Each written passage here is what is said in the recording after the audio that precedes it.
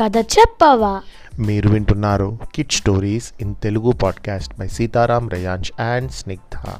మనం వింటున్నాం కీలుగుర్రం. జరిగిన కథ ఏంటంటే, లాస్ట్ పాడ్కాస్ట్లో తన ప్రియురాలిని, అంటే తను గర్ల్ ఫ్రెండ్ ఉంది కదా ఆ రాణి, ఆమెను నగరం వెలుపల ఉద్యానవనంలో దించేసి ఆమె రక్షణలో కీలుగుర్రాన్ని ఉంచి రాజకుమారుడు అక్మార్ తన తండ్రితో మాట్లాడడానికి వెళ్ళి ఉన్న సమయంలో అక్కడికి సిద్ధుడు వచ్చి రాజకుమార్తెకు మాయమాటలు చెప్పి ఆమెను కీలుగుర్రంపై ఎక్కించుకొని రూమ్ దేశం వెళ్ళిపోతాడు. వెంటనే అక్కడ సుల్తాను ఆయనను పట్టి చీకటి కొట్టులో బంధించాడు. సుల్తాను రాజకుమార్తెను పెళ్లాడదామనుకున్నాడు, కానీ ఆమెకు కాస్త మతిపోయింది, పిచ్చిదైపోయింది. ఈ లోపుగా రాజకుమారుడు అక్మార్ తన ప్రియురాలిని వెతుకుతూ బయలుదేరి రూమ్ నగరం చేరుకున్నాడు. పరదేశీయులను రాజుగారు ప్రశ్నించిన తర్వాతనే వారు నగరంలోకి ప్రవేశించాలి, అది అక్కడ నియమం. అలాంటి నియమం ఉండడం వల్ల అక్మర్ను రాజభటులు ఆ రాత్రి ఖైదులో ఉంచారు. అక్కడ సిద్ధుడికి అక్మర్కు మధ్యలో కొంచెం సంభాషణ జరిగింది, డిస్కషన్ జరిగింది. సిద్ధుడని అక్మర్కు తెలుసు, కానీ అక్మర్ అని సిద్ధుడికి మాత్రం తెలియదు. మర్నాడు తెల్లవారి రాజభటులు అక్మర్ను ఖైదు నుంచి విడిపించి తీసుకుపోయి సుల్తాన్ ఎదుట హాజరు పెట్టారు.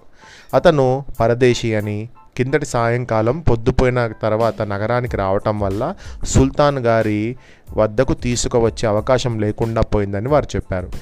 అప్పుడు సుల్తాను అక్మర్తో ఇలా అంటున్నాడు, మీది ఏ దేశం, నీ పేరేమిటి, మా రాజ్యానికి ఏం పని మీద వచ్చావు అని సుల్తాన్ అక్మర్ను అడుగుతాడు. అడగగానే, నా పేరు హర్జా, మాది పర్షియా దేశం, నేను మానసిక వ్యాధులు చికిత్స చేస్తూ దేశ సంచారం చేస్తున్నాను. అబద్ధం చెప్పాడు, ఎందుకంటే తన ప్రియురాలు పిచ్చిదైపోయింది కదా. మానసిక వైద్యం అంటే ఆమెకు మెడికేషన్ అవసరం ఇప్పుడు, అట్లా అని పేరు చెప్పి నేను ఒక వైద్యుణ్ణి అని చెప్పడం వల్ల రాజుకి ఇప్పుడు ఇంపార్టెంట్ కదా. ఎందుకంటే ఆ రాణికి, అంటే ఆమె ఆ అమ్మాయికి మంచిగా అయితే ఈ రాజు పెళ్లి చేసుకుందాం అనుకుంటున్నాడు. మరి వీళ్ళు, ఆమె షాక్ అయిపోయింది, షాక్లో ఉంది, అసలు ఏం జరుగుతుంది నా లైఫ్లో అని. అట్లా షాక్ తోటి పిచ్చిది అయిపోయింది అన్నట్టు. పెద్ద పెద్ద తలపాగాలు చుట్టి పంచాంగాలు చూసి వైద్యం చెప్పే పద్ధతి నాకు సరిపడదు, నేను మంత్రాలు జపించను అని అక్మర్ జవాబు చెప్పాడు.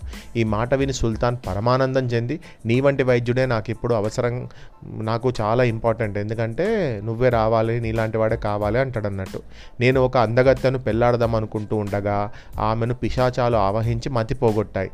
ఆ పిల్లకు నువ్వు గనక చికిత్స చేసి మామూలు మనిషివి చేస్తే నీకు ఎంత కోరితే అంత డబ్బు ఇస్తాను అంటాడు. అల్లా దయ వల్ల ఏలినవారు చల్లగా ఉండాలి. ఆ అమ్మాయికి మతి ఎలాంటి పరిస్థితుల్లో చెడిపోయిందో కాస్త వివరించి చెబుతారా అని అక్మర్ అడిగాడు. సుల్తాన్ జరిగిన కథ అంతా చెప్పి ఆ ముసలివాన్ని చితక్కొట్టించి చీకటి కొట్టులో వేయించాను అన్నాడు. కొయ్యగుర్రం ఏమైంది అని అక్మర్ అడిగాడు. దాన్ని కూడా నా సేవకులు భద్రంగా కాపాడుతున్నారు అన్నాడు సుల్తాన్. ఆ గుర్రాన్ని ఒకసారి మళ్ళీ చూసి దాని మీటలు సరిగా పనిచేస్తున్నది లేనిది తెలుసుకోవాలని అక్మర్కు కోరిక కలిగింది. గుర్రం చెడిపోకుండా ఉంటే తన కార్యక్రమం ఒక విధంగా ఉంటుంది, అది చెడిపోయి ఉంటే మరొక విధంగా ఉంటుంది. అందుచేత అతను సుల్తాన్తో, అయ్యా, ఆ గుర్రాన్ని నేను ఒకసారి చూడాలి, ఎందుచేతనంటే ఈ కన్యకు మతిపోవటానికి ఆ గుర్రానికి ఏదైనా సంబంధం ఉండొచ్చు అన్నాడు. దానికేం అభ్యంతరం అంటూ సుల్తాన్ అక్మర్ను తన వెంట గుర్రం ఉన్న చోటుకు తీసుకెళ్లాడు. అక్మర్ గుర్రాన్ని పరీక్షించి మీటలన్నీ సరిగానే ఉన్నట్లు తెలుసుకున్నాడు. అల్లా ఏలిన వారిని చల్లగా చూడాలి.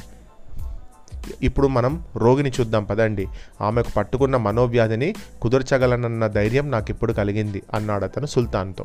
ఇద్దరు కూడా కలిసి రాజకుమార్తె నహార్ ఉన్న గదికి వెళ్ళారు.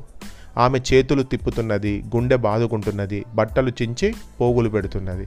అక్మర్ ఆమెను చూస్తూనే అదంతా నటన అని, ఆమెకు ఏ దయ్యమో పట్టలేదని, మతి పోలేదని తెలుసుకున్నాడు. అతను ఆమెను సమీపిస్తూ, త్రిభువన సుందరి, నీకు మనశ్శాంతి కలుగుగాక అన్నాడు. ఈ మాటలు వింటూనే రాజకుమార్తె తన ప్రియుడి వైపు చూసి గుర్తించింది. ఆమె ఆనంద పారవర్ష్యంతో కెవ్వున అరిచి మూర్ఛపోయింది. వైద్యుణ్ణి చూడగానే దయ్యం పారిపోయిందనుకున్నాడు సుల్తాన్. ఆయనను గది వాకిలి వద్ద ఆగమని చెప్పి అక్మర్ రాజకుమార్తె వద్దకు వెళ్ళి ఉపచారాలు చేసి మూర్ఛ తేల్చాడు. ఉపచారాలు అంటే ఫస్ట్ ఎయిడ్ లాగా చేసిండు. తర్వాత అతను రహస్యంగా ఆమెతో చెవిలో, ఇంకా కొంచెం ఓపిక పట్టు, నేను ఈ సుల్తాన్ దగ్గర నుండి నేను తీసుకెళ్తాను, నీకు దయ్యం పట్టిందని సుల్తాన్తో చెబుతాను అన్నాడు. రాజకుమార్తె నహార్ కూడా రహస్యంగా సరే అన్నది. అక్మార్ సుల్తాన్ను నిలబడి ఉన్న చోటికి తిరిగి వచ్చి, ఈమెకు దయ్యం పట్టింది, దాన్ని నేను వదిలించాను. ఇప్పుడు మీరు వెళ్ళి మంచిగా పలకరించండి. మీరు ఆమెకు ఏమేమి వాగ్దానాలు చేద్దామనుకున్నారో అవన్నీ చేసేయండి. అంతా మీకు అనుకూలంగా జరుగుతుంది, భయం లేదు అన్నాడు. ఆశ్చర్యం చెందుతూ సుల్తాన్ రాజకుమార్తె నహార్కు దగ్గరికి వెళ్ళాడు.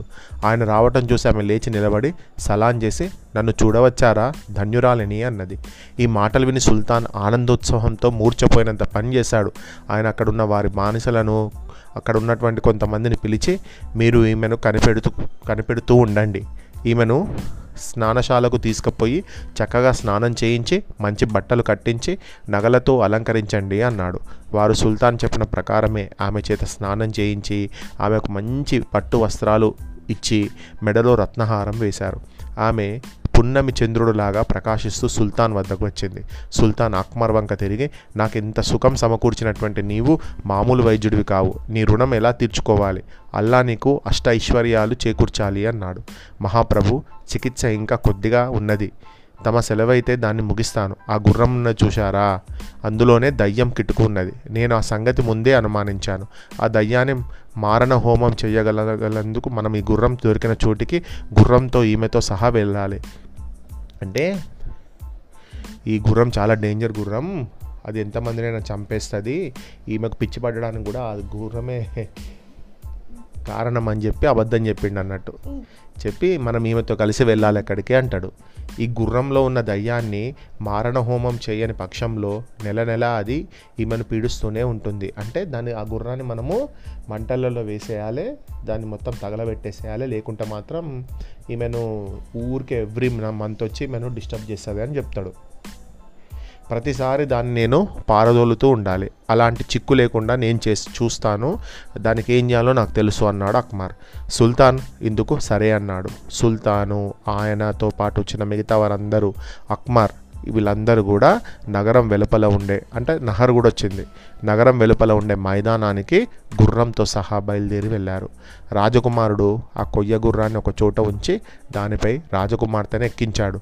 సుల్తానును పరివారాన్ని దూరంగా ఉండమని అతను సుల్తానుతో, మహాప్రభు, ఈ గుర్రంలో ఉండే భూతాన్ని మీకు ప్రత్యక్షంగా చూపుతాను.